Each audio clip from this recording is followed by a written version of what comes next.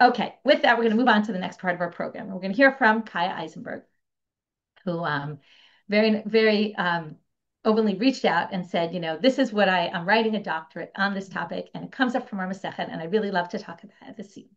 So Khaya is basically a clinical psychologist doing a PhD specifically on issues about navigating conflicts between halacha and professional ethics. And we're going to hear from Khaya from a sugya that comes up from the beginning of the Masechet about this topic. Thank you so much. Mazel tov, everyone. Thank you so much to Rabbanit Michelle and to Hadran for the opportunity to speak here. I began learning the daf in January 2020, and it's been a really wonderful addition to my life. And I'm very grateful to Rabbanit Michelle and to Hadran for making it so accessible to us. So, as Rabbanit Michelle mentioned, I'm a clinical psychologist and I'm writing a dissertation now on navigating professional ethics as an Orthodox Jewish psychologist. And our Masechet makes an appearance, an important appearance in my dissertation, and I'm excited to talk about it and to share it with you. So, I'm just going to share a PowerPoint that I prepared.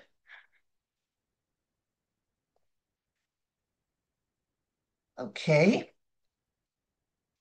let me just see if I can move the slide. Okay. So, psychologists, like all professionals, are obligated to adhere to a code of ethics.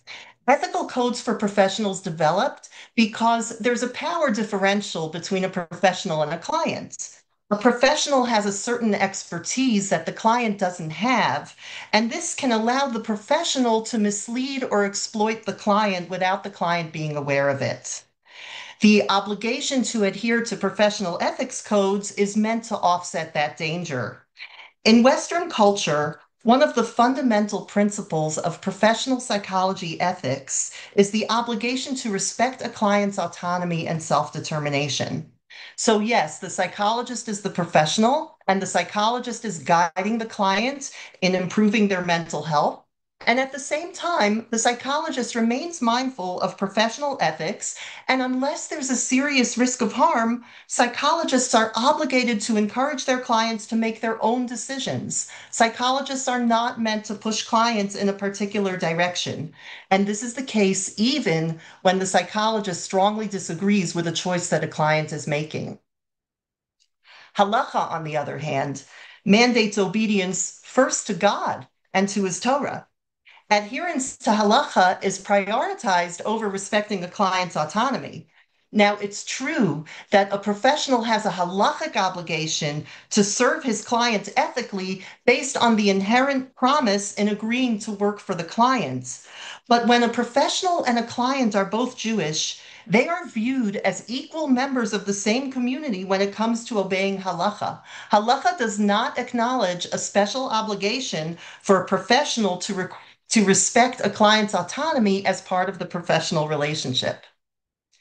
Now, in practice, professional psychology norms and halachic obligations don't often conflict. And when these norms conflict, the conflict is usually not intractable. So, for example, pikuach nefesh and safek pikuach nefesh are prioritized by halacha. And in the field of mental health, these concepts are actually very broadly defined. That means that there's quite a bit of wiggle room when a client needs to violate certain halachic obligations in order to protect his mental health. You think about kibbud av va'em, right? Classically, psychotherapy encourages a client to reflect critically on his upbringing and possibly critique his parents. And this would seem like a conflict. And yet, these conflicts are more resolved, usually, more easily than one would think. But sometimes these conflicts are more complex. So our Masechet on Daf Vav talks about the prohibition against doing business with an idol worshiper 3 days before his religious holiday. The rabbis discuss the reason for this prohibition, and they suggest that if the transaction supplies the idol worshiper with an object that he can then use for idol worship, such as an animal, then the person who is supplying this object may be guilty of Lifnei Iver. The Gemara then explains the prohibitions of Lifnei Iver lo titein michshol and misayeh lidvar avera. These prohibitions refer to the forbidden behavior of helping another person commit a sin. Lifnei Iver, a more serious Doraita prohibition, is introduced with an example. A description of a Nazir who is separated from a forbidden glass of wine by a river. An individual who provides the wine for the Nazir to drink is guilty of a serious offense because the Nazir is incapable of obtaining the wine without the person's help.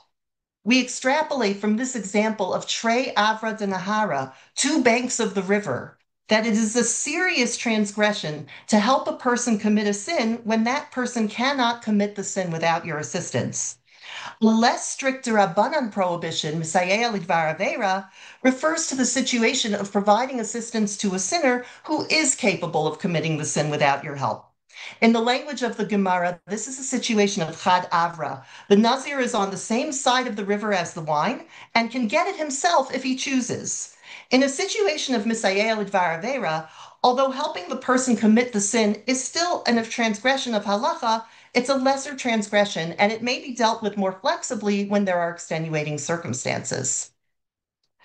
Let's consider how the prohibition of Lifnei Iver and Misayea Lidvar Avera might conflict with the professional obligation for a psychologist to respect a client's self-determination in a psychotherapy setting. For example, can a halacha observant psychologist provide marital counseling to a couple if he has discovered that they are participating in a halachically illicit union? If an Orthodox Jewish client is experiencing scrupulosity, a form of religious OCD, can his therapist help him complete exposures that teach him to tolerate being less meticulous in his religious observance? When a psychologist learns that his client is violating religious commandments and responds to this with professional neutrality that the client interprets as validation and approval, is the psychologist guilty of contributing to the client's sinful behavior? Although halacha does hold people personally responsible for their own actions, halacha also recognizes a relational piece and the fact that somebody can have a share or some responsibility in somebody else's wrongdoing. So, if in providing psychotherapy to a client who's engaged in sinful behavior, I am in some way halachically complicit in his actions, then it matters whether my complicity is lifnei iver doraisa or misayea lidvar avera derabanan. If the therapy I'm providing is misayea lidvar avera, there might be more allowances for what I'm permitted to do in order to preserve my license and my livelihood, and some room to err on the side of leniency if it's uncertain whether I'm actually transgressing this mitzvah. But if in providing psychotherapy to a client, I'm guilty of Lifnei Iver, then that's more serious. And I need to be more sensitive to and cautious about the way clients use my guidance. So this is, of course, not a psak halacha. I'm not qualified to give one. And halacha does tend to be very contextual and case-based. But I'm going to share my reflections on two possible justifications for considering a therapist's complicity in a therapy client's sinful behavior to be misayea lidvar avera derabanan rather than lifnei iver doraisa. So first of all, the client can choose from any number of therapists. He doesn't necessarily need to see this one. Clients also have multiple sources of information, especially in today's day and age. So in my view, a client is not wholly dependent on a therapist's guidance.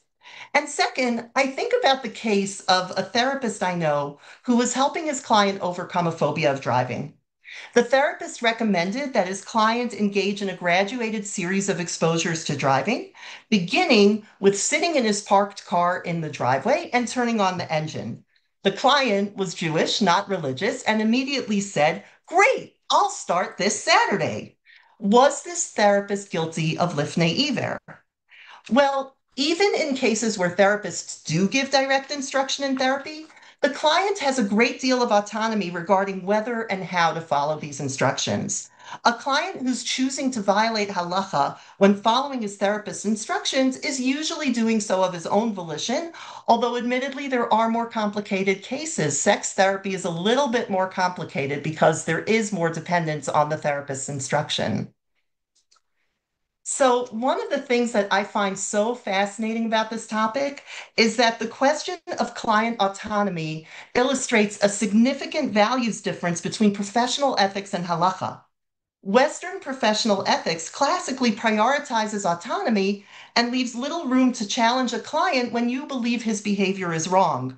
Halacha is more nuanced about this issue. But recently, some secular ethicists have been advocating for psychologists to be more open to challenging their clients' ethical behavior. They argue that psychologists should be striving for more balance between, on the one hand, yes, respecting autonomy, but also raising the client's awareness of his obligations to others. This position suggests that, in their view, maybe psychologists do share a little bit of ethical responsibility for the actions of their clients. And this ethical view has already been much discussed and reflected upon in halacha. So thank you so much, everybody. Thank you so much for joining us and for sharing your professional expertise and personal experience. We really appreciate it. It's one of the things we love at Hadran, and everybody takes the daf and connects it with their lives and takes it to a new place and enriches everybody else.